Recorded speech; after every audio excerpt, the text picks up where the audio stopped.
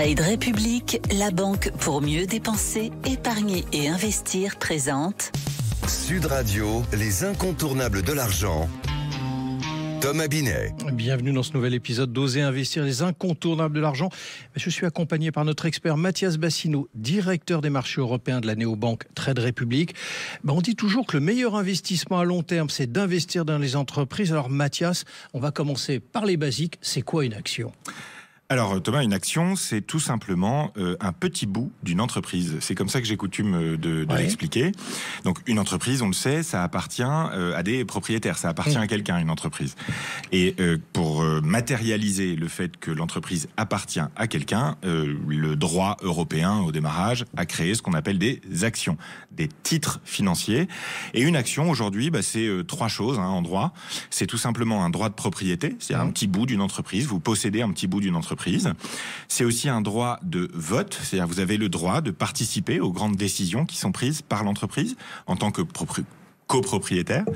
Et c'est également un droit au dividende. Le dividende, c'est tout simplement les résultats de l'entreprise, que le bénéfice que l'entreprise va générer éventuellement, qui peut être distribué en partie aux actionnaires. Les actionnaires, c'est ceux qui détiennent les actions. Donc une action, c'est ça, trois choses. Un droit de propriété, un droit de vote, et un droit au dividende.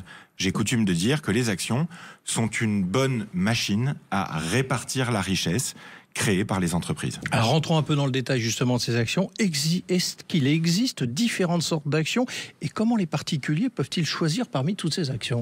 Alors, la première grande différence en général quand on parle d'actions, c'est ce qu'on appelle les actions cotées en bourse ou les actions non cotées en bourse, les actions de titres privés. Donc c'est la première distinction. Il y a des actions qu'on peut acheter et vendre facilement dans un marché qu'on appelle la bourse, et il y a des actions qu'on ne peut pas acheter et vendre facilement parce qu'elles sont une propriété privée et elles ne sont pas disponibles sur le marché. Donc c'est les deux grandes catégories. On appelle en général les marchés listés, les marchés cotés, et ce qu'on appelle le private equity en bon français.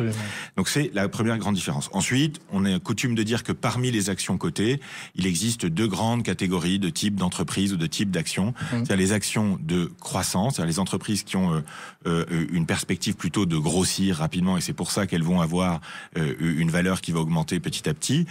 Et de l'autre côté, vous avez les entreprises dites de rendement, qui vont elles plutôt être sur un marché déjà installé, qui vont payer un dividende régulier, etc., etc.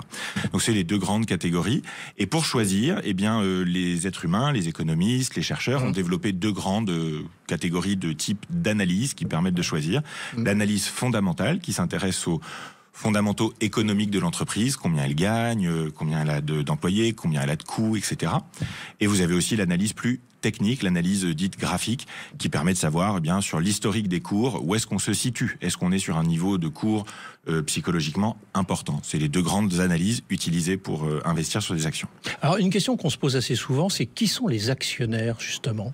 Alors il y a un grand mythe, parce qu'en fait les actionnaires, ce n'est plus aujourd'hui en France que des gens âgés, aisés et bourgeois. C'est une image ça. C'est une image qui était vraie il y a 30 ans, 20 ans, mais qui n'est plus du tout vraie aujourd'hui. Les actionnaires sont d'abord les salariés. En France, grâce au général de Gaulle, on a l'intéressement et la participation. Et donc on a tout un système où les salariés peuvent être actionnaires de leur propre entreprise. Vous avez aussi énormément de jeunes, plus d'1 million de jeunes qui ont commencé à investir dans des entreprises ces dernières années. Et on peut le mentionner aussi, l'actionnariat se féminise et c'est très bien. Dernière question, Mathias, pour nous aujourd'hui. Comment on devient actionnaire, en quelques mots ? Alors, il y a deux manières de devenir actionnaire. Soit on achète une action en direct, et là, on peut la mettre dans différents types de comptes bancaires ou dans différents types de contrats d'assurance. Il y a plusieurs endroits où on peut loger une action et l'acheter directement. Et on peut aussi l'acheter de manière indirecte, par ce qu'on appelle le biais de fonds d'investissement, les OPCVM, les SICAV, les ETF, pour ne citer que. Merci Mathias, et on vous retrouve la semaine prochaine, mardi prochain, pour un autre numéro d'Oser investir, les incontournables de l'argent. Et pour ce qui me concerne, je vous retrouve dimanche matin dès 9h30 dans la matinale week-end. Sud Radio, les incontournables de l'argent. Thomas Binet. Avec Trade République, la banque pour mieux dépenser, épargner et investir.